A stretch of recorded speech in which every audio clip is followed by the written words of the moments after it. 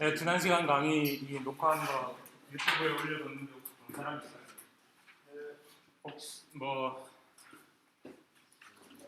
공부하는데 조금이라도 도움이 됐으면 하는 마음이 있습니다. 오케이.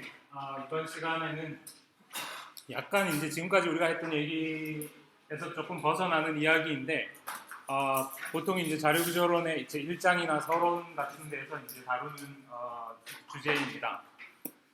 이 자리에서 얘기하기 약간 이제 좀 앞뒤 맥락에서 약간 딴 얘기하는 것 같은 면이 있긴 하지만 어쨌거나 긴 얘기는 아니고 이 섹션의 주제는 시간 복잡도입니다. 여기서 우리의 관심은 뭐냐면 우리가 이게 자료구조론이고 그래서 이 과목에서 여러분이 여러 가지 서로 다른 형태의 자료구조들을 배울 겁니다. 여러 가지 자료구조와 알고리즘 이런 것들을 배울 텐데 예를 들면 우리가 리스트를 저장하기 위해서 지난 시간까지 배웠던 어레이 리스트를 이용해서 저장할 수도 있지만 예를 들어서 이 다음 우리가 다루게 될 연결 리스트를 이용해서 저장할 수도 있고 혹은 더 나중에 바이너리 서치 트리 같은 걸로 리스트를 저장할 수도 있고 혹은 해싱으로 저장을 할 수도 있고 이렇게 뭔가 똑같은 일을 하는 자료 구조가 한 가지가 아니라 이렇게 여러 가지가 있을 수 있다는 거죠. 예를 들면 알고리즘의 경우도 마찬가지입니다. 내가 소팅을 정렬을 하고 싶다. 그럼 수많은 서로 다른 정렬 알고리즘들이 있습니다.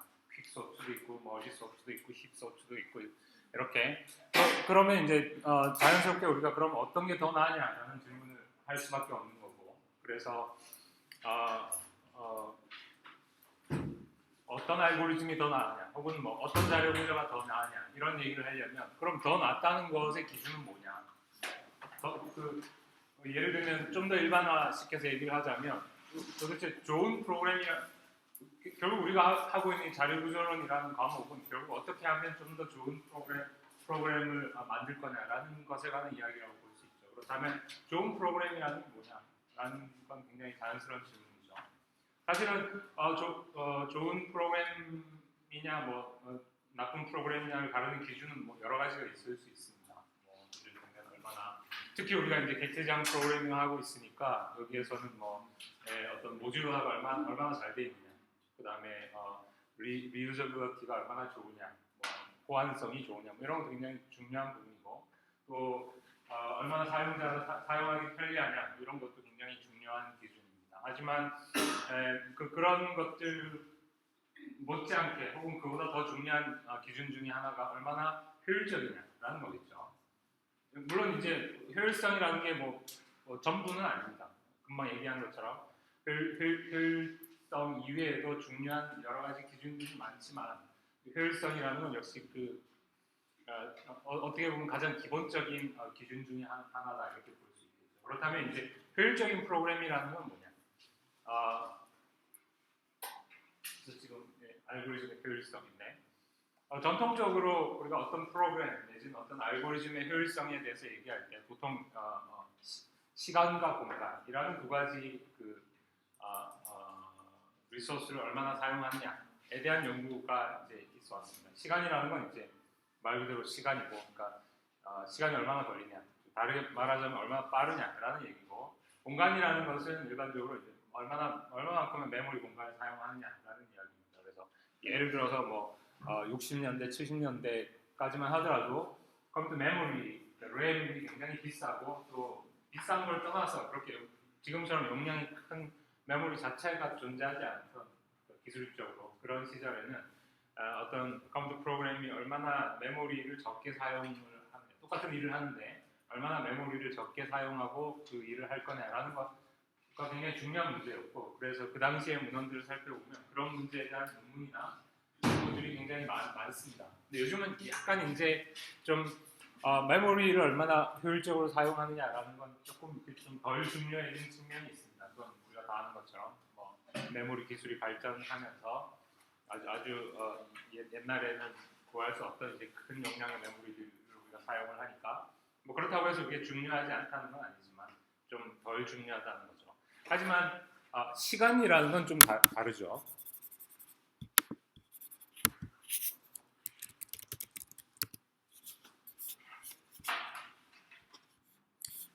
뭔가 이렇게 기술이 발전하면 예를 들어서 똑같이 1메가라는 메모리의 가치는 기술이 발전하면 점점 그 가치는 하락하겠죠.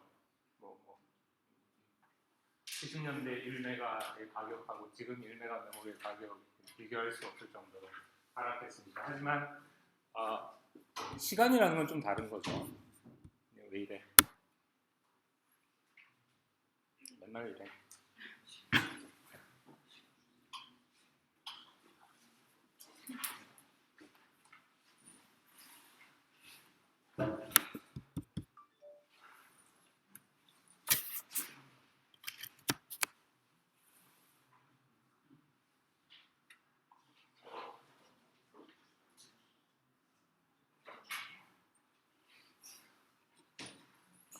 이렇게 1초라는 시간의 가치는 기술이 발전한다고 해서 그 가치가 달라지거나 하지는 않습니다. 그런 의미에서 특히 시간, 그러니까 어떤 프로그램이나 혹은 알고리즘이 얼마나 빠르냐, 얼마만큼의 시간을 어떤 똑같은 일을 하기 위해서 얼마나 많은 시간을 사용하냐라는 것은 앞으로 영원히 가장 중요한 기준 중에 하나가 되겠죠. 오케이, 서론이 좀 길었는데, 그래서 여기서는 이제 이 과목에서 말하는 알고리즘의 효율성이라는 것은 우리는 이제 어떤 프로그램의 혹은 알고리즘의 미 사용하는 시간 혹은 속도라는 의미로 여기에서 우리가 사용을 할 겁니다. 그래서 예를 들어서 이제 내가 하나의 리스트를 표현하기 위해서 어레이 리스트를 쓸 수도 있고 혹은 링크드 리스트를 쓸 수도 있고 혹은 다른 어떤 자료 구조를 사용할 수도 있는데 그 똑같은 어떤 일을 하나 하기 위해서 예를 들어서 그 어레이 리스트 안에서 어떤 특정한 데이터가 존재하는지 존재하지 않는지를 알아내기 위해서 이렇게 검색하는 일을 하기 위해서 이렇게 자료 구조가 달라지면 이제 방법이 달라지겠죠. 그러면 이제 우리가 어떤 게 더 좋으냐에 대한 얘기를 하려면 그러면 이게 각각에 대해서 시간이 얼마나 걸리냐라는 이야기를 이제 해야 되는데 그래서 그 시간이 얼마나 걸리냐를 알아내가지고 그걸 비교해서 더 적게 걸리는 데가 더 좋은 데다 이런 식으로 평가를 하면 되겠죠. 그러니까 우리의 질문은 이제 어떤 특정한 알고리즘이나 혹은 어떤 특정한 자료 구조상에서 에서 수행되는 어떤 알고리즘에 대해서 그 알고리즘이 실행되는 데 걸리는 시간이 얼마냐라는 걸 측정할 필요가 있는 거죠. 그래야 어떤 게 더 좋은 알고리즘인지 어떤 게 더 좋은 자료 구조인지 이런 것에 대한 이야기를 우리가 할 수가 있을 테니까. 그래서 예를 들면 이제 이 알고리즘은 이 일을 하는데 1초가 걸린다 이런 식으로 얘기를 할 수 있으면 좋은데 잠깐만 생각해 보면 그런 얘기를 하는 게 가능하지 않다는 걸 금방 알아챌 수 있습니다. 예를 들어서 여러분이 이제 지금까지 앞에서 다루었던 어떤 함수가 하나 있어요. 그럼 그 함수를 실행하는데 걸리는 이 메서드를 실행하는데 걸리는 시간은 1초다. 이런 얘기가 잘 생각해보면 가능하지 않죠. 왜 가능하지 않냐면 그걸 우리가 테스트를 안 해봐서 가능하지 않는 게 아니라 원래 가능하지 않죠. 왜 그러냐면 그거는 그 똑같은 알고리즘을 일단 1번은 어떤 하드웨어에서 실행하느냐에 따라서 다 다르겠죠. 이걸 무슨 노트북에서 실행할 때랑 아주 빵빵한 무슨 고성능 PC에서 실행할 때랑 시간이 똑같을 리가 없죠. 다르겠죠. 그러니까 우리가 어떤 알고리즘의 실행 시간 혹은 어떤 알고리즘의 속도에 대해서 얘는 몇 초다, 1초 걸린다, 얘는 2초 걸린다 이런 얘기를 할 수가 없다는 거예요. 그것은 그 알고리즘 자체의 문제가 아니라 그 알고리즘을 어떤 환경에서 실행하느냐에 따라서 달라지는 거니까 어떤 하드웨어, 어떤 운영체제 또 그것이 어떤 프로그래밍 언어로 구현되어 있고 컴파일러가 옵티마이제이션 얼마나 해줬는지 또 사실은 그런 게 다 똑같더라도 똑같은 머신에서 똑같은 코드를 실행하더라도 그 시간이 항상 똑같지 않죠. 왜냐하면 우리가 사용하고 있는 시스템이라는 건 요즘 다 멀티태스킹의 운영체제가 굉장히 복잡하기 때문에 똑같은 상황을 만드는 것 자체가 사실 불가능하죠. 오케이? 그러니까 그렇게 얘기할 수 없다는 거예요. 그래서 이제 그러면 어떻게 우리가 어떤 알고리즘의 속도 내지는 어떤 알고리즘이 실행되는데 걸리는 시간을 측정할 거냐라는 것에 대해서 이제 하나의 그 문제에 대해서 사실 방법이 없죠. 그건 어떻게 해결할 수 있는 문제가 아니죠. 다 다른 거니까. 그래서 이제 사람들이 생각한 아이디어가 뭐냐면 그래서 어떤 알고리즘의 실행 시간에 어떤 절대적 시간을 우리가 측정하는 게 원래 가능하지 않다면, 그렇다면 그 시간을 측정하는 대신에 그 알고리즘이 실행한 어떤 연산들의 실행 횟수를 카운트하자라고 생각을 한 거죠. 이것은 굉장히 자연스럽고 간단하지만 사실은 굉장히 그레이트 아이디어 중에 하나입니다. 오케이? 왜냐하면 똑같은 우리가 알고리즘을 이렇게 서로 다른 환경에서 실행하게 되면 그 각각의 어떤 그 알고리즘 안에 포함되어 있는 각각의 어떤 연산들을 예를 들어서 더하기를 한번 곱셈을 한번 하는데 걸리는 시간은 다 달라지겠죠. 환경마다, 하드웨어마다, CPU마다 다 다르겠지만 만약에 알고리즘 자체가 똑같다면 그리고 입력 데이터가 똑같다면 이 곱셈을 하는 횟수는 똑같겠죠. 우리가 예를 들어서 몇 가지 가정을 하기만 하면 똑같은 머신이고 똑같은 컴파일러를 사용했고 이런 식의 약간의 가정을 하기만 하면 어떤 연산의 실행 횟수 자체는 동일할 거라는 거죠. 그래서 절대적인 시간을 측정하는 대신에 어떤 연산의 실행 횟수를 카운트하자. 그렇게 되면 이제 우리가 어떤 알고리즘에 대한 평가를 이렇게 그 알고리즘이 실행되는 환경과 무관하게 그 환경에 대해서 독립적인 그런 평가를 할 수가 있다는 거죠. 오케이. 두 번째는 그러면 예를 들어서 어떤 퀵소트 알고리즘이 있다고 해요. 그럼 이 퀵소트 알고리즘이 소팅을 하기 위해서 예를 들면 퀵소트 알고리즘 안에 포함되어 있는 연산 중에서 가장 중요한 연산 중에 하나가 어떤 두 데이터의 크기를 비교하는 연산입니다. 소팅이니까. 그것 말고도 이제 여러 가지 다른 연산들이 필요하긴 하지만 가장 이제 대표적인 연산 중에 하나가 어떤 두 데이터의 크기를 비교해서 누가 더 큰지 누가 더 작은지를 비교하는 연산인데 우리가 그것에 대해서 얘기를 해보자면 그러면 예를 들어서 퀵소트 알고리즘에서는 정렬을 하기 위해서 이 비교 연산을 100번 한다, 200번 한다 이렇게 얘기할 수가 없다는 걸 또 우리가 금방 알아챌 수 있습니다. 왜죠? 그 비교 연산을 한 횟수는 그냥 100번, 200번 이렇게 되지 않겠죠. 그건 당연히 그 소팅할 데이터가 몇 개냐에 따라 달라지겠죠. 우리가 데이터가 10개라면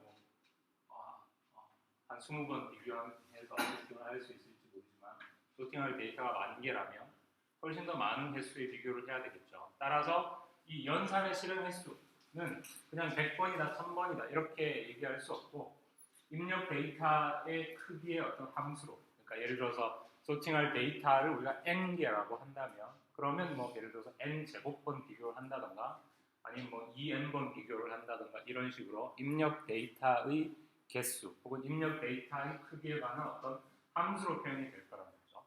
그러면 이제 다 된 건가? 그럼 예를 들어서 퀵소트 알고리즘은 소팅할 데이터의 개수가 n개라고 가정했을 때 그러면 예를 들어서 비교하는 연산의 횟수가 n제곱번 이렇게 되느냐를 잠깐만 생각해 보면 또 그렇지 않다는 걸 또 우리가 금방 알 수 있습니다. 왜 그러냐면 설사 입력 데이터의 개수가 같다고 하더라도 실제 그 데이터의 내용이 뭐냐에 따라서 다시 또 달라진다는 거죠. 예를 들면 소팅 알고리즘의 경우에 데이터가 그냥 막 이렇게 랜덤하게 막 섞여 있는 데이터가 개수는 똑같더라도 그런 데이터를 소팅할 때 이 필요한 연산의 횟수랑 예를 들자면 이미 거의 정렬이 다 되어 있는 데이터를 정렬할 때 필요한 연산의 횟수가 같을 수는 없겠죠. 상식적으로. 오케이? 예를 들어서 내가 소팅 말고 우리가 서칭의 예를 든다면 그러니까 우리 어레이 리스트 예를 들어서 지난 시간에 했던 어레이 리스트에서 인덱스 오브 메소드 같은 걸 생각해 보면 인덱스 오브 메소드는 현재 리스트에 저장되어 있는 데이터의 개수가 n개다. 그럼 인덱스 오브 메소드가 어떻게 했어요? 앞에 첫 번째 놈부터 이렇게 비교를 해서 내가 원하는 값을 찾으면 끝나죠. 오케이? 그래서 찾거나 혹은 끝까지 다 봤는데도 없거나 이렇게. 그러면 설사 이 데이터의 개수가 똑같다고 하더라도 데이터가 똑같이 n개라고 하더라도 운이 좋으면 맨 앞에서 바로 찾을 수도 있을 거고 운이 나쁘면 맨 마지막에 내가 찾는 놈이 있을 수도 있을 거고 혹은 내가 찾는 애가 아예 없을 수도 있겠죠. 그런 경우에는 모든 데이터를 다 검사를 해야 되고 운이 좋으면 한 번만에 끝날 수 있고 그러니까 결국 입력 데이터의 크기가 같다고 해서 연산의 실행 횟수가 또 같은 건 아니라 그 케이스 바이 케이스로 다 다르다는 거죠. 그렇다면 우리가 이 알고리즘의 효율성을 어떤 기준을 가지고 측정을 할 것인가? 결국 이렇게 경우마다 다 다른 거니까 예를 들어서 가장 쉽게 우리가 생각할 수 있는 게 이제 대표값을 뽑는 거겠죠. 가장 대표적인 대표값이 뭐겠어요? 평균이겠죠.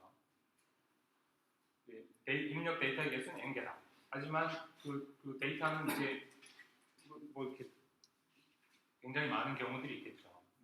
그리고 그 각각의 경우마다 실행 횟수가 다 다르니까 그러면 그것의 대표값, 그러니까 그 모든 경우들의 어떤 평균 값을 어떻게든 잘 계산을 해서 그것을 이 알고리즘의 어떤 이 알고리즘을 수행하는데 그걸 우리가 시간 복잡도라는 말을 씁니다. 그래서 이 알고리즘의 평균 시간 복잡도다. 이런 식으로 이야기할 수 있겠죠. 그렇게 되면 이 평균 시간 복잡도가 이 알고리즘의 속도 내지는 이 알고리즘의 실행하는 데 걸리는 시간에 대한 한 가지 매우 의미 있는 척도가 될 수 있다는 거죠.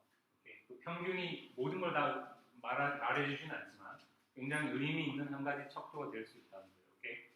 그리고 이제 또 하나는 뭐냐면 평균 말고 또 하나는 뭐냐면 최악의 경우, worst case를 보는 것입니다. 그러니까 그것은 말 그대로 최악의 경우 이렇게 데이터의 개수가 n개일 때 실제 데이터의 내용이 뭐냐에 따라서 다 달라지는데 그렇다면 그 중에 최악의 경우는 뭐냐 이거죠. 오케이? 이 최악의 경우는 나름대로 의미가 있습니다. 왜냐하면 최악의 경우에 예를 들어서 어떤 연산의 개수가 몇 번이다라는 것은 결국 이 알고리즘은 어떤 경우에도 이걸 넘지는 않는다라는 걸 매우 중요한 그 알고리즘에 대한 매우 중요한 정보를 말해주는 거죠. 따라서 그것 역시 그게 예를 들어서 그 알고리즘에 관한 모든 정보를 표현하는 건 아니지만 매우 의미 있는 한 가지 기준이 될 수 있다. 그래서 그것을 우리가 그 알고리즘의 최악의 경우 시간 복잡도다 이렇게 합니다. 그건 평균 시간 복잡도다. 우리가 이제 아주 현실적으로 생각하면 그럼 예를 들어서 이 두 가지 어떤 기준 중에 어떤 게 현실적으로 더 의미가 있나? 우리가 가지고 있는 일반적인 상식을 비춰보면 아무래도 평균 시간 복잡도가 좀 더 의미 있는 기준이다라고 대부분의 사람들이 생각을 하겠죠. 왜냐하면 최악의 경우라는 건 말 그대로 최악의 경우이니까 그 최악의 경우가 뭐 얼마나 자주 벌어질지도 알 수 없는 거고 그래서 그거는 그야말로 희박한 확률로 일어날 어떤 최악의 경우일 수도 있는 거니까. 하지만 평균이라는 건 우리가 훨씬 더 실제 현실에서 훨씬 더 많이 사용하는 그런 기준이니까 평균 시간 복잡도 분석이 좀 더 의미 있다 이렇게 생각할 수 있습니다. 그런데 이제 앞으로 여러분이 아마 자율주행이나 알고리즘이나 아니면 이 분야에서 이렇게 이런 이제 시간 복잡도 분석들을 이제 뭐 얼마나 많이 보게 될지는 모르겠지만 보다 보면 거의 대부분이 worst case analysis를 한다는 걸 알 수 있을 겁니다. 근데 보통 이제 자율주행이나 알고리즘 이런 분야에서 주로 알고리즘의 시간 복잡도 분석을 최악의 경우를 분석하는 이유는 뭐 이게 더 중요하기 때문에 그런 건 아니에요. 간단한 이유인데 이게 더 쉽기 때문에 이걸 하는 거고. 다르게 말하자면 average case analysis가 좀 이렇게 간단한 알고리즘이나 간단한 문제에 대해서는 average case analysis를 하는 게 그렇게 어렵지 않을 수도 있는데 조금만 이렇게 문제가 복잡해지거나 알고리즘이 복잡해지면 average case analysis를 하는 게 굉장히 어렵거나 아니면 현실적으로 거의 불가능하거나 그렇기 때문에 주로 worst case analysis를 하는 것입니다. 그래서 아마 앞으로 우리 이 과목에서도 average case analysis에 대한 얘기는 더 이상 하지 않을 거고 다음 학기에 여러분이 알고리즘 과목을 수강하면 그때 이제 이 시간 복잡도 분석에 대해서 좀 더 깊이 있게 이야기를 할 거고 그리고 average case analysis의 몇몇 예들을 우리가 살펴볼 텐데 하여간 자율조론에서는 우리가 앞으로 다른 알고리즘들에 대한 시간 복잡도 분석은 거의 100% 최악의 경우 시간 복잡도 분석이다. 그래서 얘기가 좀 길어졌는데 요약하자면 간단한 것입니다. 우리가 어떤 알고리즘의 시간 복잡도 분석이라는 건 뭐냐면 그 알고리즘 안에 포함되어 있는 각종 연산들이 입력 데이터의 개수가 n개다라고 우리가 가정을 했을 때 그 알고리즘 안에 들어있는 각종 연산들이라는 무슨 말인지 알겠어요? 대부분의 알고리즘 예를 들어서 덧셈 연산도 들어가 있을 거고 곱셈 뭐 있을 수도 있고 없을 수도 있고 치환 연산 이렇게 A 이퀄 B 치환 연산 그 다음에 비교하는 연산 뭐가 뭐보다 크냐 작냐 이런 비교 이런 것들이 내가 말하는 연산들입니다. 오케이? 뭐 연산이 무슨 뭐 이렇게 뭐 어떤 다른 게 아니라 그냥 삽질 연산들하고 치환 연산 비교하는 연산 이런 거 대부분의 프로그래밍 언어가 결국 기본 연산이 그런 것들이죠. 그러면 어떤 알고리즘이 이 알고리즘이 이제 입력 데이터가 연결하고 가정했을 때 이 알고리즘이 시작되어서 끝날 때까지 그런 각종 연산들이 몇 번 실행되는지를 우리가 잘 정확하게 카운트를 해보겠다라는 것입니다. 오케이? 그리고 이제 최악의 경우 시간 복잡도 분석이라는 것은 이게 입력 데이터의 개수가 똑같이 연결하고 하더라도 경우마다 다를 수 있으니까 그 중에 최악의 상황, 최악의 경우에 각각의 연산들이 몇 번 실행되는지를 카운트해서 그걸 그 횟수를 우리가 어떤 두 알고리즘의 효율성을 비교하는 기준으로 삼겠다 이런 뜻입니다. 그리고 왜 그렇게밖에 할 수 없는가에 대한 이야기를 지금 가져온 거고. 예를 들어서 이제 몇 가지 간단한 예를 가지고 우리가 이런 시간 복잡도 분석 개념을 다시 살펴볼 텐데, 예를 들어서 서치는 이것은 우리 어레이 리스트나 아니면 앞에서 우리 뭐 전화번호 프로그램 같은 데서 했던 예를 들어 전화번호 프로그램에서 find, 그 다음에 어레이 리스트에서 index of method랑 기본적으로 똑같은 이야기입니다. 여기서는 이제 그냥 이건 간단한 예니까 우리가 검색할 데이터는 그냥 정수라고 가정하고 x라는 이름의 배열에 정수들이 저장이 되어 있고 이 데이터의 개수는 그냥 우리가 n개라고 가정을 하죠. 거기에서 타겟 정수가 이 안에 있는지 없는지, 있으면 어디 있는지 찾는 일을 하는, 말 그대로 서치, 검색하는 것입니다. 그러니까 뭐 우리가 이 그 배열 안에 데이터가 어떤 순서로 저장되어 있는지에 대해서 아무런 가정이나 아무 조건이 없는 것입니다. 그러니까 얘네들이 뭐 크기 순으로 정렬이 되어 있다던가 뭐 이런 조건이 있다면 다른 방법을 우리가 생각해 볼 수 있지만 그런 가정이 전혀 없다면, 그러니까 이 배열 안에 데이터가 어떤 순서로 저장되어 있는지에 대해서 우리가 아는 바가 전혀 없다면 그 경우에 이 배열 안에 타겟이라는 숫자가 있는지 없는지, 있으면 어디 있는지 찾는 방법은 뭐 한 가지 방법밖에 없죠. 그럼 앞에서부터 순서들을 쭉 비교해 보는 수밖에 없습니다. 뭐 뒤에서부터 비교해 볼 수도 있겠지만 그건 뭐 어차피 그게 그거죠. 다를 게 하나도 없습니다. 오케이? 그래서 이게 지금 그걸 하는 거죠. 그래서 i를 위해서 i가 x.n까지, 이건 이 배열의 처음부터 끝까지 데이터가 꽉 차 있다는 가정입니다. i가 0에서 x.n까지 i를 증가시키면서, 그러니까 맨 첫 번째 놈부터 순서대로 이렇게 비교를 해서, 그래서 i 번째 데이터가 내가 찾고 있는 타겟과 같다면 i가 바로 이 데이터가, 내가 찾는 데이터가 저장되어 있는 위치죠. 그 위치를 리턴해주고, 여기까지 지금 프로그램이 여기까지 도달했다는 얘기는 여기서 리턴되지 않고 포문을 빠져나왔다는 거죠. 이것은 이 포문을 끝까지 돌았지만 내가 찾는 것과 같은 값을 발견하지 못했다는 뜻이죠. 그것은 이 배열에는 원래부터 내가 찾는 값이 없다는 거고, 그 경우에 얘는 마이너스 1을, 그래서 타겟을 발견하지 못했다라는 의미로 마이너스 1을 리턴하는 게 익숙하죠. 이거 인덱스 오브 메서드랑 똑같죠. 오케이?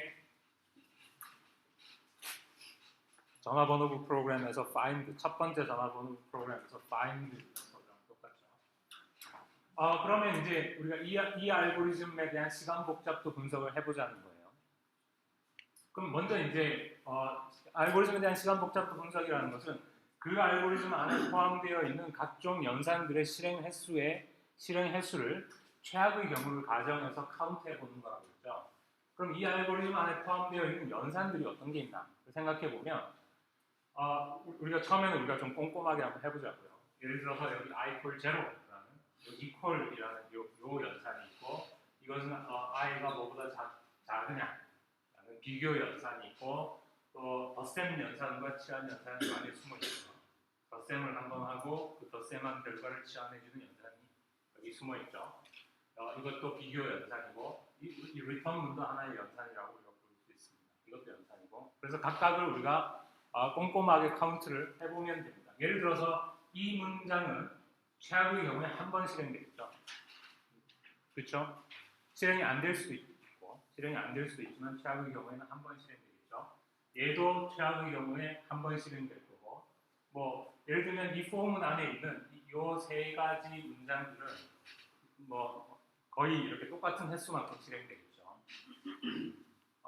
몇 번 실행될지는 내가 찾고 있는 데이터가 뭐냐에 따라 다르죠. 사실은 0장으로 한 번만 실행이 될 거고, 포문에서 첫 번째 요 문장 한 번만 실행될 거고 얘랑 얘는 거의 똑같은 횟수만큼 실행이 될 텐데 물론 운이 좋으면 한 번도 실행되지 않고 끝날 수도 있죠. 오케이? 하필이면 내가 찾는 값이 계열의 첫 번째 자리에 있었다면 들어가자마자 찾아서 리턴돼 버리고 얘는 아예 실행이 안 될 수도 있겠죠. 하지만 우리는 최악의 경우를 지금 얘기하는 거니까 최악의 경우는 뭐예요?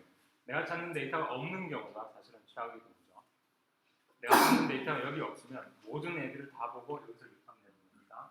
그렇다면 이 문장은 대략 n번 아니면 뭐 얘는 정확하게 말하면 m 플러스 3번이라고 얘기를 해야 되나? n번 아니면 m 플러스 3번 정도 실행이 되겠죠.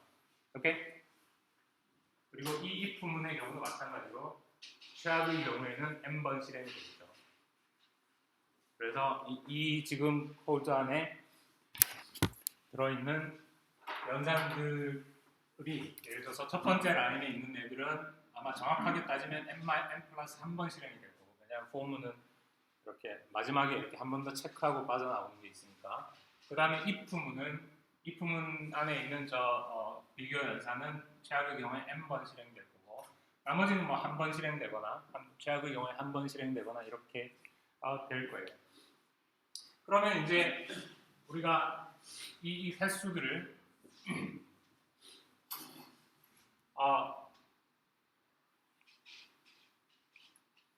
그러니까 엄밀하게 얘기를 하려면 이게 이제 시간을 재는 대신에 우리가 횟수를 카운트를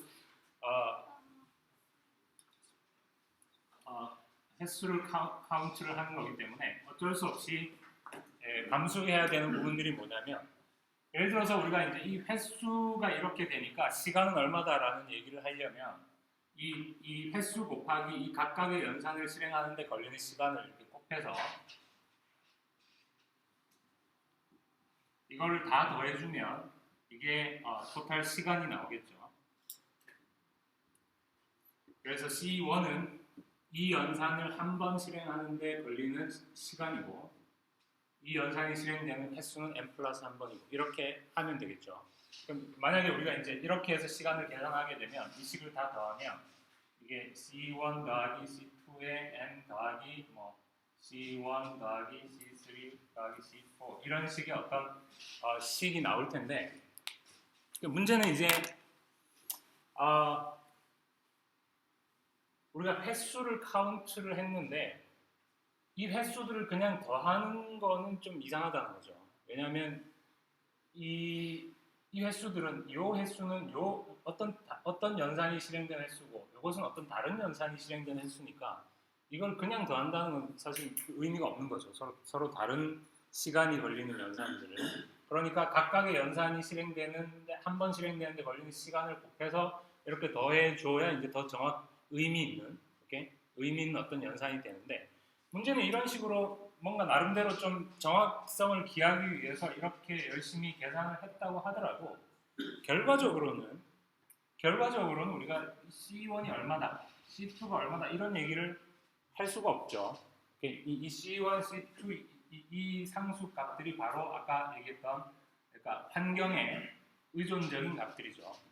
그러니까 이 C1이라는 건 얼마다라고 우리 얘기할 수 없는 게 왜 그러냐면 이것은 이 코드가 어떤 환경에서 실행되느냐에 따라 다 달라지는 값이니까.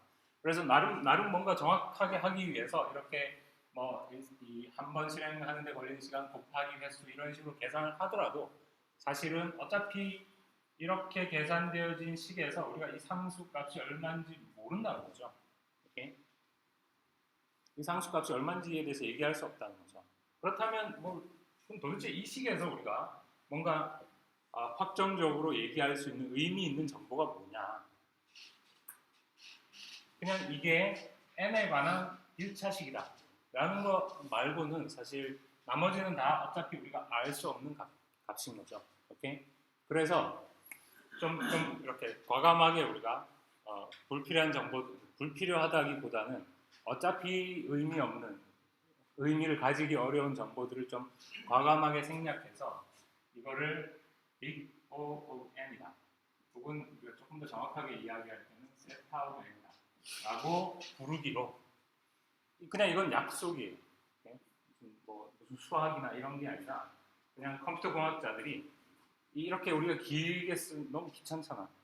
길게 쓰면 너무 귀찮으니까 이런 거는 이 알고리즘의 시간 복잡도는 order of n이다. 요거는 이제 대문자 O니까 big O라고 읽기도 하고 혹은 order of 이렇게 읽기도 합니다. 그래서 order of n이다 라고 그냥 부르기로 하자라고 약속을 정하는 거예요. big O나 세타 이런 건 수학하고 별 상관없습니다. 그냥 약간 좀 간략하게 쓰기 위한 노테이션, 표기법 정도입니다. 그래서 이 알고리즘의 시간 복잡도를 order of n이라고 하자 이렇게 부르기로 한 거예요. 근데 이제 이렇게 부르기로 하고 나서 다시 잘 돌아가서 생각을 해보면 결국 이 알고리즘 안에 등장하는 모든 연산들의 실행 횟수를 우리가 여기서 지금 그렇게 상세하게 하진 않았지만 여러분 조금만 이렇게 생각을 해봐요. 모든 연산들의 실행 횟수를 다 카운트를 해서 더하더라도 어차피 최종적으로 이건 order of n이다 이런 결론을 내릴 거라면 우리가 굳이 모든 연산들의 실행 횟수를 카운트할 필요가 있나? 라는 거죠. 오케이? 왜냐하면 이게 n이든 뭐 2n이든 3n이든 앞에 상수는 다 떼고 그냥 order of n이다 이렇게 얘기할 거라면 모든 연산들의 횟수를 카운트할 필요가 없다는 거죠. 뭐만 하면 되겠어요? 제일 자주 하는 거. 오케이? 이 알고리즘 안에 포함된 연산 중에 가장 많이 실행되는 어떤 연산 하나 그놈의 실행 횟수만 카운트하더라도 어차피 걔가 몇 n이면 상수 되면 다른 애들은 다 합쳐봐야 어차피 n에 관한 1차식을 넘지 않을 거니까 결론은 똑같겠죠. 그래서 이제 결과적으로 요약을 하자면 우리가 이런 식으로 어떤 알고리즘의 시간 복잡도를 알고리즘의 효율성을 분석하는 방법론을 전문적 분석 혹은 영어로 어심토틱 어널리시스라고 부르는데 이거는 절대로 복잡한 이야기가 아닙니다. 보통 이제 알고리즘 자료조 이런 책의 1장이나 이런 데서 이 어심토틱 어널리시스에 대해서 막 굉장히 길게 그리고 막 마치 이게 무슨 수학인 것처럼 막 수식 비고 노테이션의 정의 막 이런 거 막 해가지고 하는데 뭐 그런 게 의미가 없는 건 아니지만 사실은 약간 오버하는 거예요. 그냥 그 의미는 굉장히 간단한 겁니다. 뭐냐면 지금까지 설명한 이런 이유에 의해서 알고리즘의 시간 복잡도를 어떻게 분석하느냐면 어떤 알고리즘이 있으면 이 알고리즘의 입력 데이터의 개수를 n개다 이렇게 가정하고 그랬을 때 이 알고리즘에 포함된 이 각종 그 연산들 중에서 혹은 뭐 각각의 라인 중에서 어떤 라인이 가장 많이 실행되냐 최악의 경우에 예를 들어서 이 경우에는 이 문장이나 혹은 이 문장 얘와 얘는 그냥 한 끗 차이니까 얘나 얘가 가장 많이 실행되는 연산이라는 거죠. 얘나 얘는 그냥 무시해도 된다는 거죠. 가장 자주 실행되는 대표적 연산 하나에 대해서 그 연산이 실행되는 횟수를 카운트를 한 다음에 그러면 예를 들어서 얘가 3n 더하기 9번 이렇게 실행이 되더라. 이렇게 정확하게 계산을 해봤더니 3n 더하기 9번 실행이 되더라. 그러면 여기에서 차 빼고 컷 빼고 그냥 이것은 n에 관한 1차식이다 라는 정보만 order of n이라는 표기 안에 포함시켜서 이 알고리즘의 시간 복잡도는 order of n이다. 이렇게 얘기하는 이런 분석 방법론을 우리가 어심토틱 어널리시스라고 부릅니다. 클리어하죠? 예를 들어서 여러분이 책이나 뭐 어떤 문헌을 읽다가 어떤 알고리즘이 나왔어요. 퀵소트 알고리즘이 나왔는데 퀵소트 알고리즘의 최악의 경우 시간 복잡도는 order of n 제곱이다. order of n 제곱이다. 이런 문장을 만났다고 쳐요. 그러면 그냥 저게 무슨 뜻인지 알면 됩니다. 저게 무슨 뜻이냐면 퀵소트 알고리즘 안에서 이 소팅할 데이터의 개수를 n개라고 우리가 가정했을 때 이 퀵소트 알고리즘 안에서 제일 많이 최악의 경우에 제일 많이 실행되는 문장 있겠죠. 그거는 퀵소트 알고리즘의 경우에는 어떤 두 개의 데이터에 대해서 누가 더 크고 작은지를 비교하는 문장입니다. 따져보면 요 놈이 실행되는 횟수를 내가 카운트를 해보면 정확하게 이렇게 분석을 해보니까 얘가 n에 관한 어떤 2차식이다 이런 겁니다. 예를 들면 2분의 n에 최악의 경우에 n-3번 실행되더라 이런 뜻입니다. 오케이? 물론 딱 이거라는 게 아니라 이거일 수도 있고 뭐 3분의 1일 수도 있고 아니면 뭐 어떤 상수가 목표져 있을지는 알 수 없지만 어쨌거나 그것이 결과적으로 봤더니 n에 가는 2차 함수다. n에 가는 2차 함수다. 그 경우에 이 알고리즘의 시간 복잡도는 오더로 n제곱이다. 혹은 세타오 n제곱이다. 이렇게 표기를 한다는 거죠. 무슨 얘기인지 알겠죠? 되게 쉽고 간단한 이야기입니다. 절대로 복잡한 이야기가 아니라. 오케이, 그래서 이 서치 알고리즘의 시간 복잡도를 오더로 n이다 이렇게 얘기할 수 있습니다. 몇 가지 조금 다른 예들을 몇 가지 살펴보고 보도록 하죠. 이 n은 difference x, y. 지금 입력으로 두 개의 정수 배열이 주어졌죠. x라는 이름의 배열과 y라는 이름의 배열입니다. 그러니까 시간 복잡도를 이렇게 좀 간단하게 표기하기 위해서 배열 x의 크기를 n이라고 하고 배열 y의 크기를 n이라고 하겠습니다. 요 안에 저장된 데이터의 개수가 n개고 여기에 저장된 데이터의 개수가 n개라고. 이라는 것은 different는 이 두 배열이 이런 그대로 서로 다른가. 그러니까 이 두 개를 이 두 배열을 그냥 집합이라 이렇게 생각했을 때 이 두 집합이 똑같은가 아니면 다른가. 집합이 똑같다는 건 뭐예요? 포함된 원소들이 똑같다는 거죠. 그리고 포함된 원소들이 똑같다는 것은 꼭 똑같은 순서로 저장되어 있다는 뜻은 아닙니다.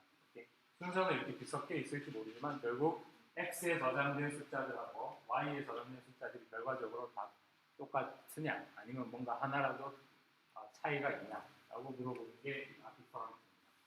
어떻게 하면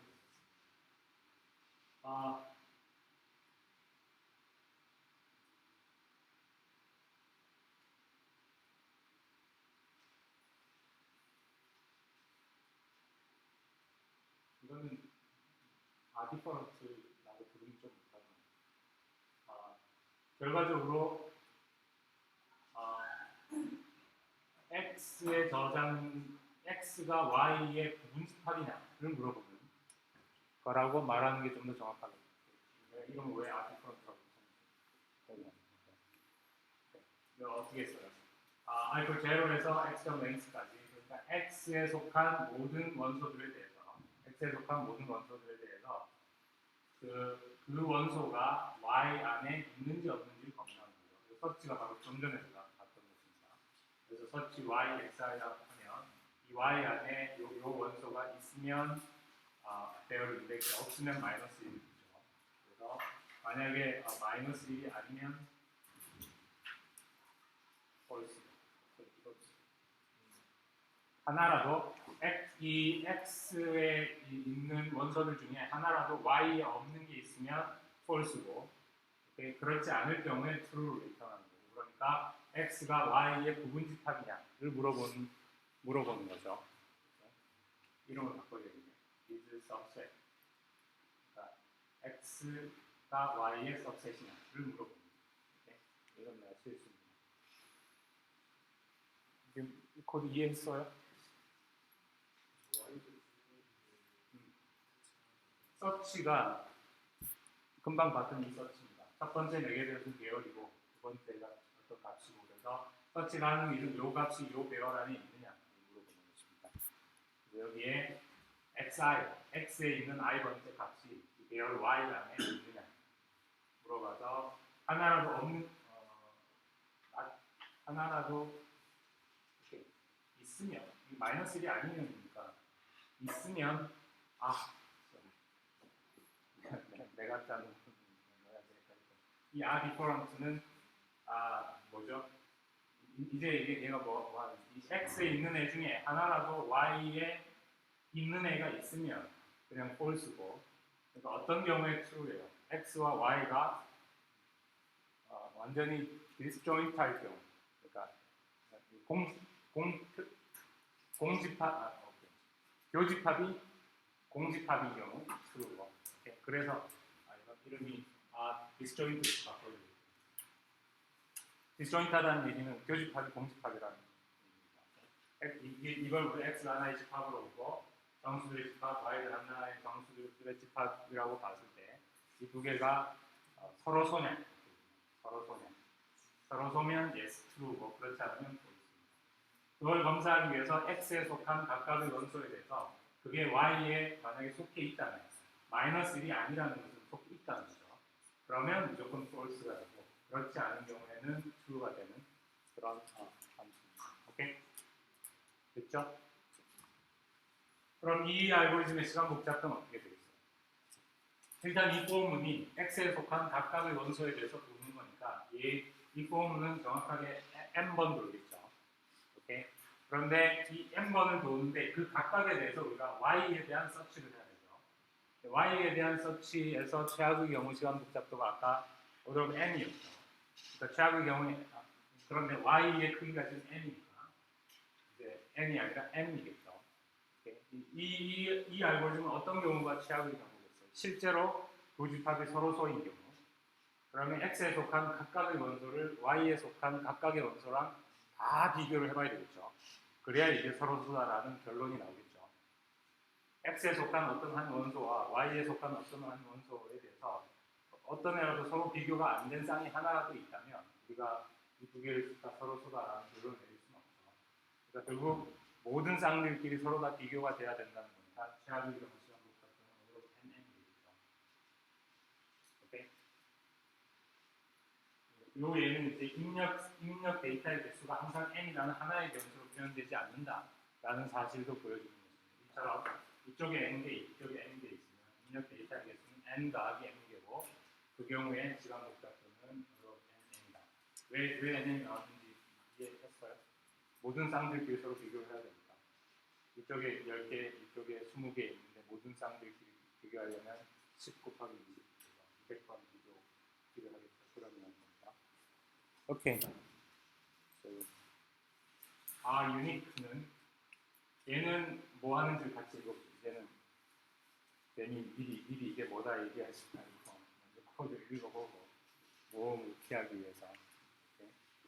unique는 입력으로 어떤 내용을 하나 받아서 무슨 일을 하는지 살펴보면 i equal 0에서 x minus 마이너스 1, 그러니까 첫 번째부터 여기 마이너스 1이 붙었으니까 마지막 애를 제외한 나머지 모든 애들에 대해서 이런 얘기죠. 각각에 대해서 j는 i 플러스 1에서 length까지 이런 건 이제 매우 전형적인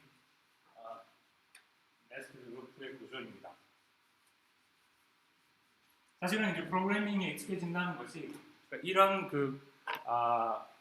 패턴들에 대해서 여러분 프로그래밍의 그런 패턴들에 대해서 0에서 그래서 이게 n-1이겠죠. 그러면 i는 0에서부터 이렇게 쭉 해서 여기까지 이렇게 i 값을 키워가면서 그 각각의 i에 대해서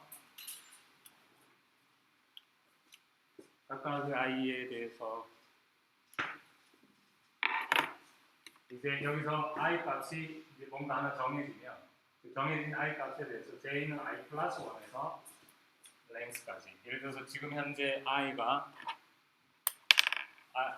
이렇게 0, 1, 2 이렇게 여기가 지금 현재 i다. 오케이? 그러면 j는 어디서 시작해요? 여기서 시작해서 여기까지. j의 범위는 여기서 여기까지죠. i가 여기 있을 때 j는 여기, 그 다음에 여기. 그 다음에는 i가 이 자리로 가고 j는 여기서 시작해서 여기. 그 다음에 i가 다시 하나 증가하면 j는 항상 i 플러스 1에서 여기까지. 루프가 이렇게 돌고 있는 거죠. 오케이? 이런 게 이제 뭐냐면 복잡하게 생각 안 해도 그냥 한눈에 이렇게 이렇게 딱딱 들어오는 게 이제 여러분이 프로그래밍에 조금씩 익숙해져 가는 거다 이렇게 보여드립니다. 그 각각의 이제 ij에 대해서 xi와 xj가 같으면 return false고 그렇지 않으면 계속 도는 거죠. 오케이? 그러니까 얘가 지금 하고 있는 일이 뭐죠? 얘가 하고 있는 일이 뭐지? 그러니까 비교를 열심히 해서 지금 뭘 하고 있는 거지? 어떤 애를 찾고 있는 거지?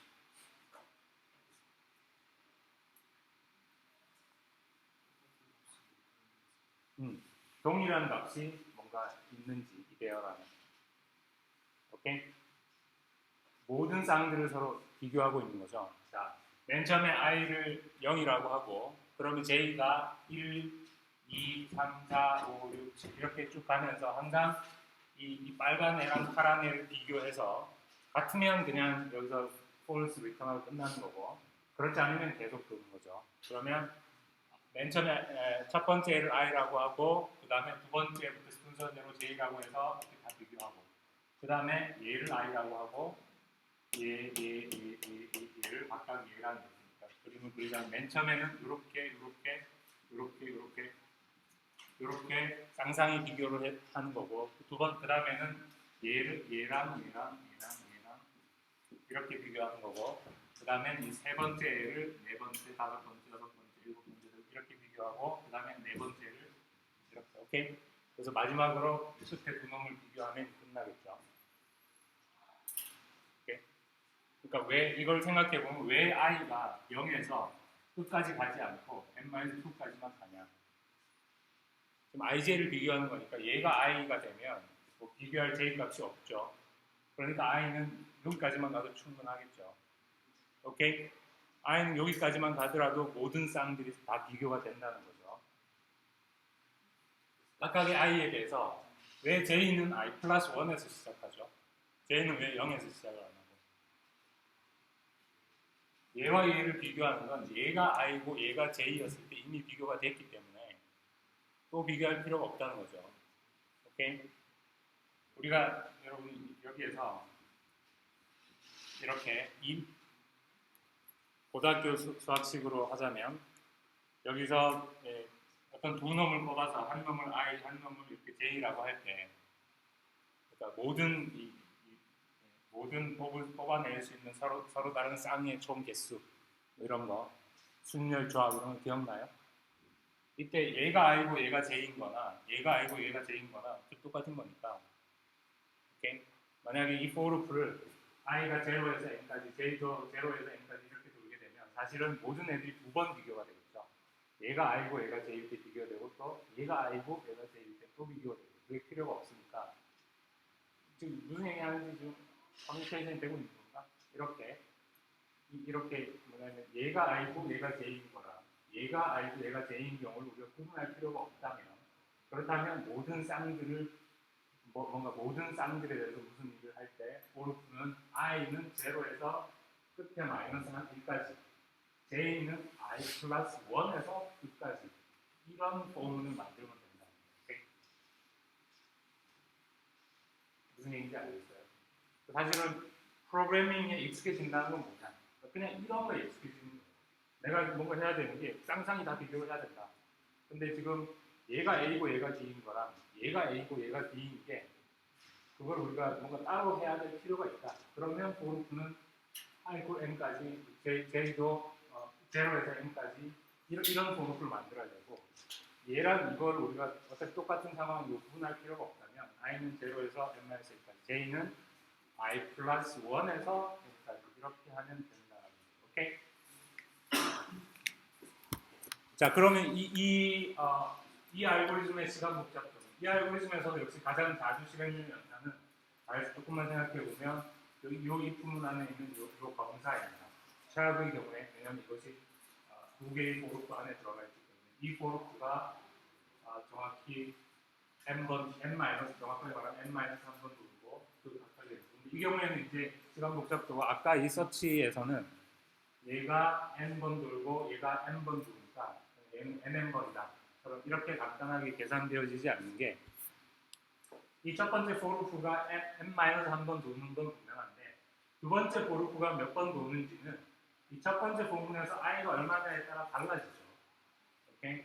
맨 처음에 i가 0일 때는 j가 1에서부터 n까지 가야 되니까 n-1까지 가야 되니까 n-1번 도는 거고 i가 0일 때는 n-1번 최악의 경우에 n-1번 비교 연산이 필요하지만 i가 1이 되면 j는 2에서부터 n-1까지 도는 거니까 n-9번만 필요하겠죠. i가 2가 되면 그때는 n-3번 i가 2가 되면 얘가 i가 되면 j는 항상 i 플러스 1에서 끝까지 요놈들만 얘랑 비교하니까 개수가 점점 하나씩 줄어들겠죠. 그 다음에 i가 3이 되면 얘는 n-4번이 되고 이렇게 그래서 i가 n-2가 되면 그때는 한 번이면 되겠죠. 그러니까 결국 이 if문 안에 있는 이 비교 연산의 실행의 수는 이걸 다 더하면 되겠죠. 1부터 n-1까지 다 더하면 1부터 n-1까지 더하면 얼마? 2분의 1은 n-1. 그럼 이제 2분의 n-1인데 이것은 우리가 비고 노테이션으로 쓸 때는 여기서 상수 이런 거 다 떼고 그냥 결과적으로 이건 n에 관한 2차식이죠. 어쨌든 n 제곱함이 있으니까. 그래서 그냥 오히려 n 제곱이다. 이렇게 부른다는 것입니다. 오케이. 이게 마지막인가? 이건 제목이 물음표인데 여기서 그냥 어떤 문장이 하나 있다고 치고 뭔지 모르겠지만 오케이? 여기서 어떤 문장이 하나 있다고 치고 이 문장이 몇 번 실행될까? 이게 질문입니다. 포문을 보면 i equal 1에서 출발해서 i가 x점 length 우리가 n이라고 하죠. x점 length보다 작은 동안에 i 곱하기 equal to i 곱하기 equal to는 무슨 뜻입니까?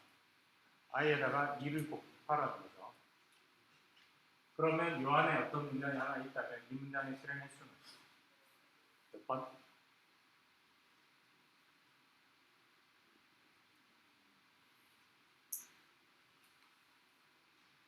지금 i가 어떤 식으로 변해갑니까? 맨 처음엔 i가 1이고 그 다음에는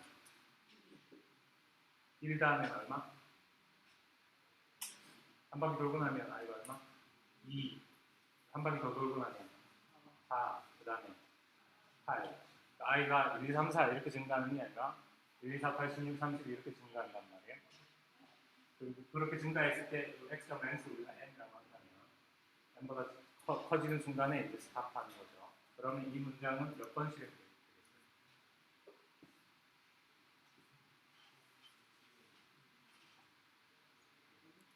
몇 번? 2n번? 예를 들어서 n이 100이면 몇 번 실행되지? 1, 2, 4, 8, 16, 32, 64, 128 8번 실행되겠죠. 오케이? n이 50이면 한 번, 두 번, 세 번, 네 번, 7번 실행되겠죠.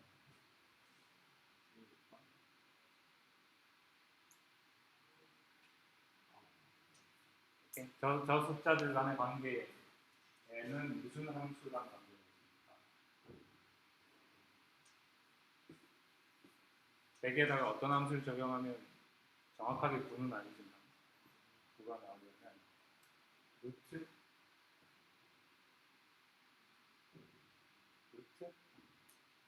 자신있게 얘기해봐. 여러분이 알고 있는 수학 함수 중에 하나입니다. 정확하게 이 값이 나온다는 뜻은 아닙니다. 오케이? 하지만 이 값이 나오기 위해서 핵심적 역할을 하는 함수. 여러분이 알고 있는 함수는 몇 개 돼야 안 될까 아닙니다. 사인, 코사인, 탄젠트, 루트, 뭐 있지? 지수함수, 이런 것들 중에 뭐겠냐고.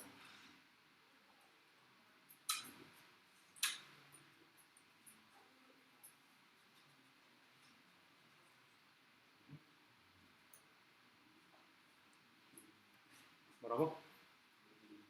로그. 이거는 지금 로그에 관한 이야기입니다. 오케이.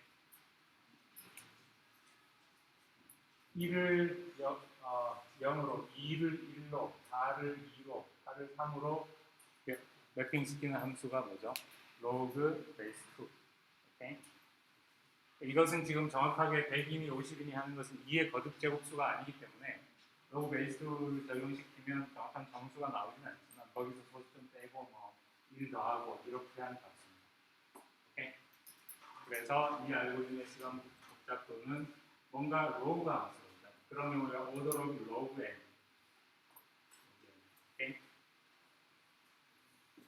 로그, 그러니까 물론 이제 우리가 말하는 로그는 베이스가 2인 로그입니다. 밑이 2인 로그고 밑이 2인 로그는 IT, 그러니까 컴퓨터 공학자에게 매우 친숙한, 가장 친숙한 수학 함수 중에 하나죠.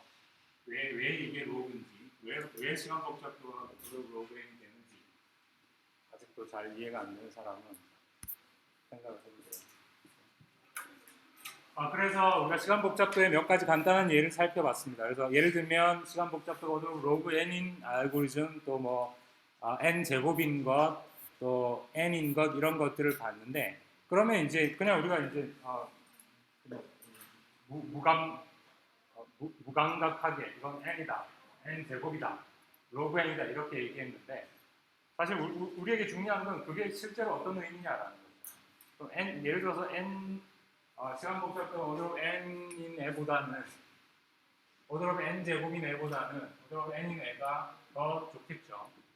왜냐하면 이것은 n 제곱 여기서 n이라는 건 물론 데이터의 개수니까 당연히 이건 양의 정수입니다. 오케이? 여기서 n은 무슨 실수나 이런 게 아니라 여기서 우리가 말하는 n은 다 데이터의 개수, 입력 데이터의 개수니까 양의 정수이고 그것도 비교적 큰 양의 정수이겠죠.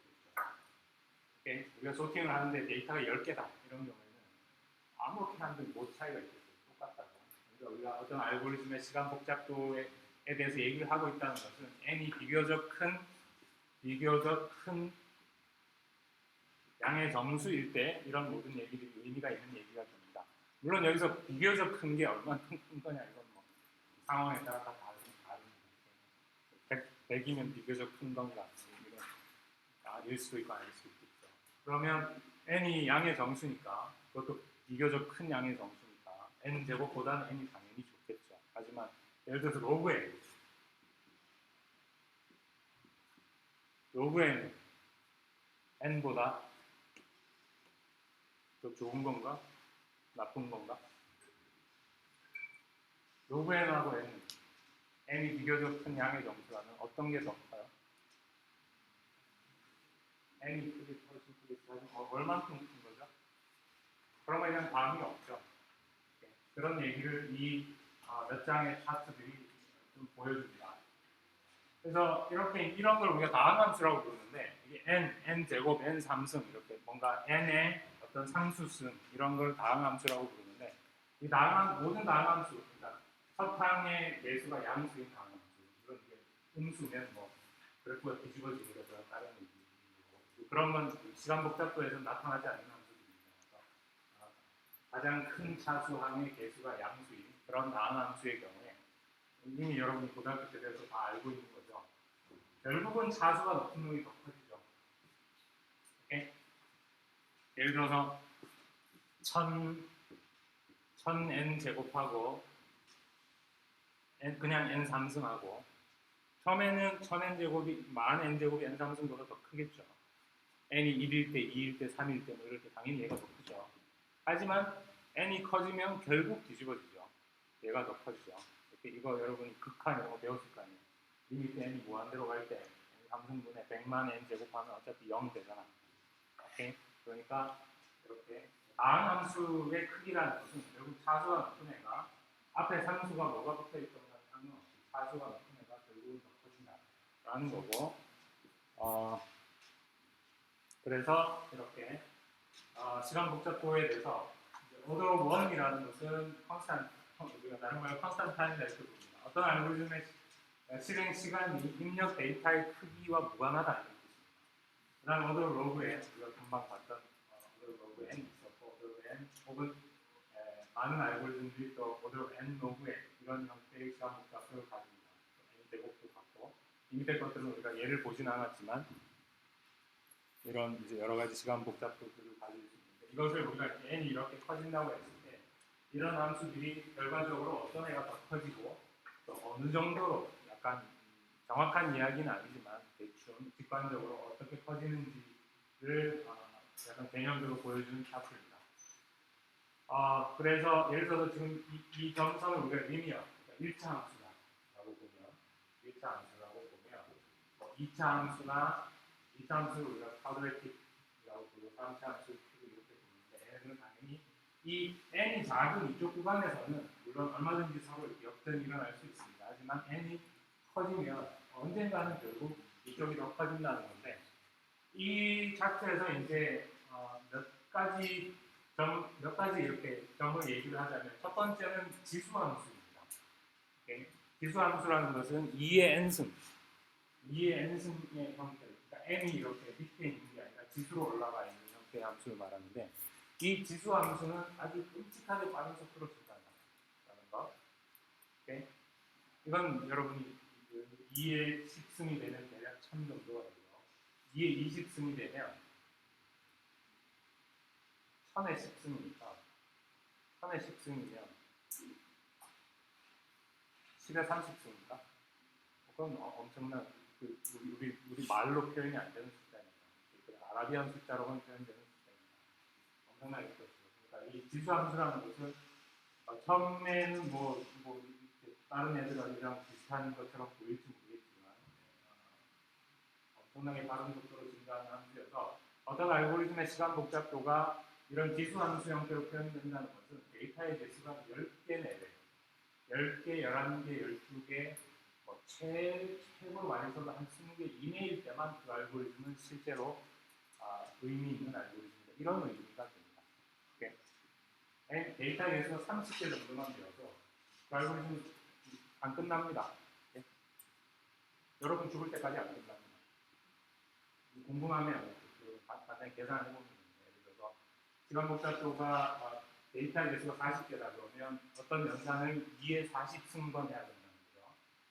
그럼 어떤 연산을 2의 40승번 한다는 게 2의 40승이니까 감이 안 오는데 실제로 여러분이 꼼꼼하게 계산을 해보면 예를 들어서 요즘 CPU가 기가헤르츠라니까 기가헤르츠라는 건 1초에 10의 9승번 어떤 걸 한다는 거죠. 그럼 이게 2의 40승을 10의 9승으로 나누면 몇 초가 걸리는지 얼핏 계산이 좀 머릿속에 금방 안 되기 때문에 연필로 꼼꼼히 계산을 해봐야 이게 거의 우주의 나이, 이단 단위의 시간, 데이터가 40개만 되고 그런 알고리즘이라면 현실적으로는 의미하는 알고리즘입니다. 그래서 어떤 알고리즘의 시간 복잡도가 익스포넨셜하다는 것은 그게 현실적으로 의미 없는 알고리즘이다 라는 그런 의미입니다. 그 다음에 정반대로 이쪽에 로가리즘 로그가 있는데 로그 함수도 다시 이렇게 생각해보면 이건 지수 함수와 거의 정반대의 의미입니다. 예를 들면 로그 10의 9승 10의 9승이면 1000만원 10억이죠. 로그 10의 9승 해봐야 이게 한 30 정도 되죠. 30개까지 한 정도 되죠. 그러니까 예를 들면 이제 이런 시간 복잡도를 가지는 대표적인 알고리즘은 이징 방법입니다. 마이너리 서치죠. 그러면 마이너리 서치 알고리즘의 시간 복잡도 로그 n이라는 건 무슨 뜻이냐면 데이터가 10억 개가 있어도 그 중에 내가 원하는 데이터를 찾기 위해서 서른 번만 검사해야 되는 거예요. 10억 개니까. 그럼 예를 들어서 데이터가 10억 개가 아니라 데이터가 100만 개가 있다. 그러면 20번 검사하는 거예요. 그런데 이렇게 검사하는 연산이라는 게 그렇게 아주 시간이 많이 걸리는 연산이 아니니까 현실적으로는 검사를 20번 하는 거랑 30번 하는 거랑 우리에게 거의 체감이 안 되는 시간이죠. 그러니까 결국 어떤 의미냐면 마이너리 서치 같은 알고리즘은 입력 데이터의 개수가 아무리 많아져도 거의 우리가 체감하기에는 똑같은 시간이 걸린다 이런 뜻입니다. 그거는 우리가 기대할 수 있는 가장 최고의 알고리즘이죠. 데이터의 개수가 10억 개가 되든 100억 개가 되든 1000개가 되든 아무리 많아져도 우리가 느끼기에는 거의 항상 똑같은 시간에 끝난다면 그거보다 더 중요한 알고리즘은 없겠죠. 로그라는 것은 그런 어떤 알고리즘의 시간 복잡도가 로그가 된다는 건 그런 의미고 익스포넨셜이 된다는 것은 그 전반적인 의미입니다. 그리고 그 안에서 이렇게 일함수, 이함수 다양한 시간 복잡도를 가지는 알고리즘들이 있을 수 있습니다. 마지막으로 이것은 예를 들어서 금방 얘기한 거에 대한 어떤 간단한 예입니다. 이 지수함수보다 더 끔찍한 애가 팩토리얼입니다. 팩토리얼은 지수함수보다도 훨씬 더 빠른 속도로 증가합니다. 그래서 어떤 알고리즘의 시간 복잡도가 이렇게 된다면 데이터의 개수가 예를 들어서 100개일 때 이런 시간 복잡도를 가지는 알고리즘들의 연산 시간이 만이나 10만이라고 한다면 팩토리얼이 되면 10에 157승입니다. 우리가 상상할 수 없는 그런 숫자가 됩니다. 오케이. 그래서 여기까지